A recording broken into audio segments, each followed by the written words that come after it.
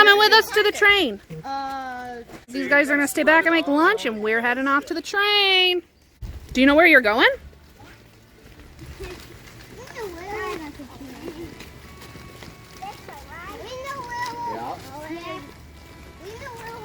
Guys, look at how full it is now. This was all empty yesterday morning when we came around and showed you the playground. I don't know. Now it's super full.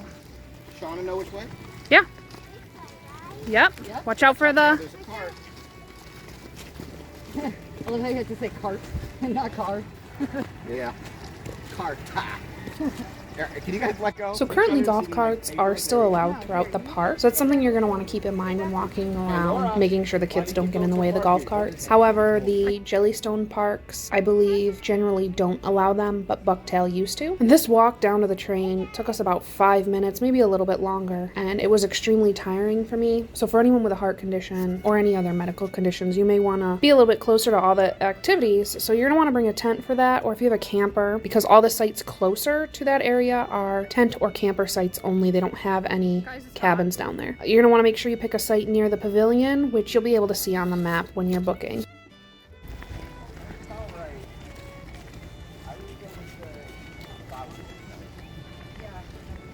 Why don't I have to walk sideways? You don't have to walk sideways.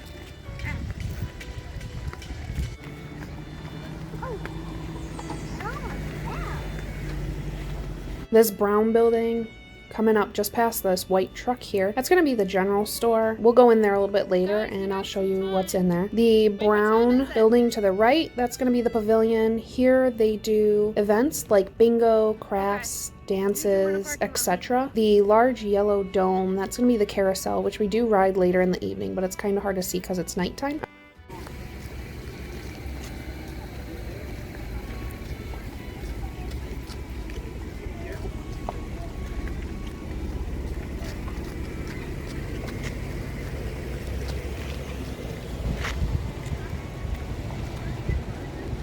And we're walking right past where our site was last time, so we were literally in the middle of everything, which was really great.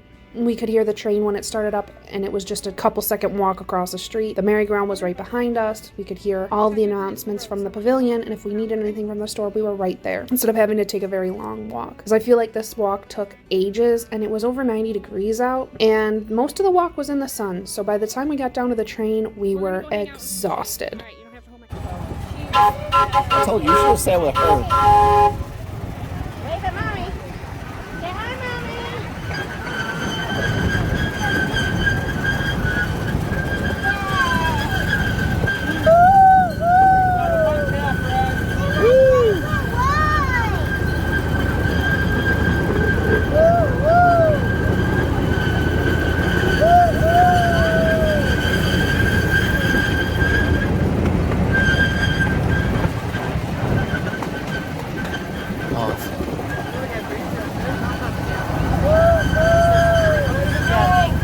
Oh, look at that gnome.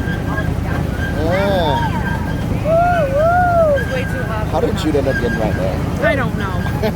I specifically put him in second.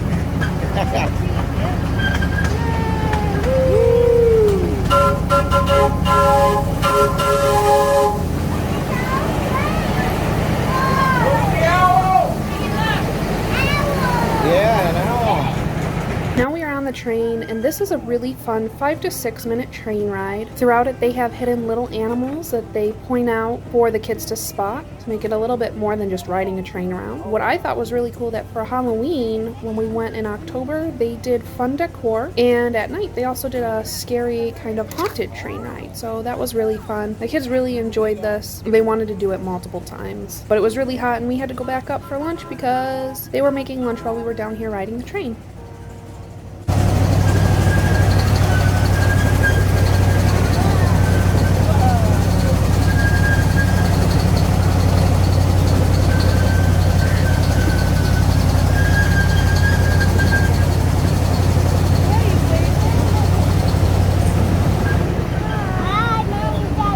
Hi, Jude. Oh, what on earth? Bigfoot! Hi, Bigfoot! Say hi, There he is.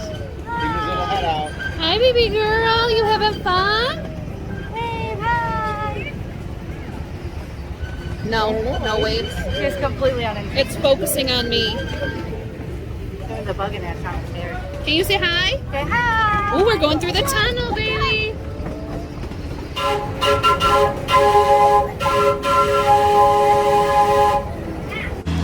Look, he's putting the ladder up.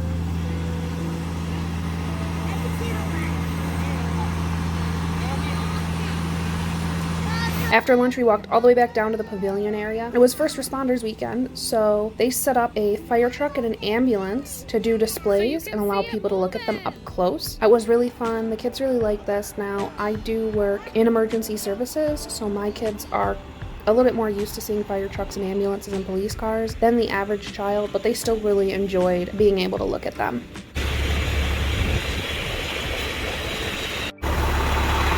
Dave, can you lift them up?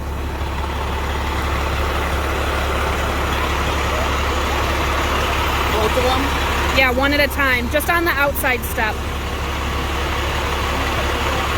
That's as far as you can go, baby. Cool, huh? That's neat. Oops, sorry, Juju. Let's go look inside.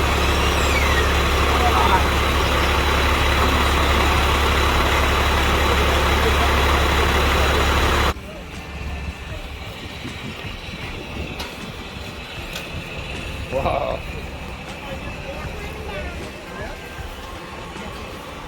Are you good with all of them? So I can this way and look at the store?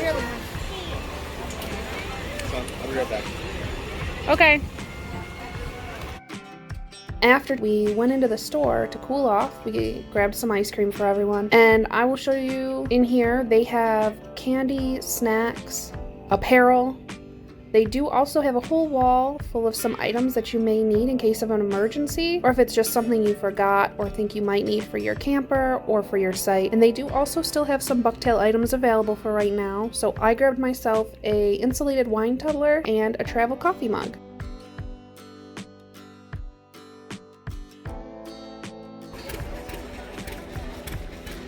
After checking out the store, we spent some time at our campsite and let the kids play with water balloons so they could cool off before having a quick dinner. After dinner, we headed back down for the night's activities. We lucked out and actually ended up being the last ride of the night for the hayride.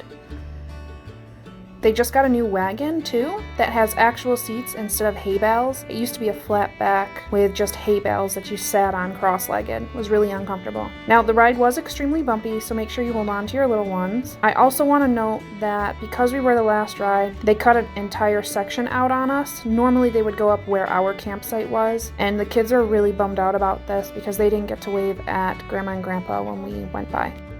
We really did luck out because the way they had it scheduled, all of the night's activities lined up perfectly while we were down there. So immediately after the hayride, we went over to the dance party. They seem to do these almost every Saturday, sometimes on Fridays too. The kids loved it.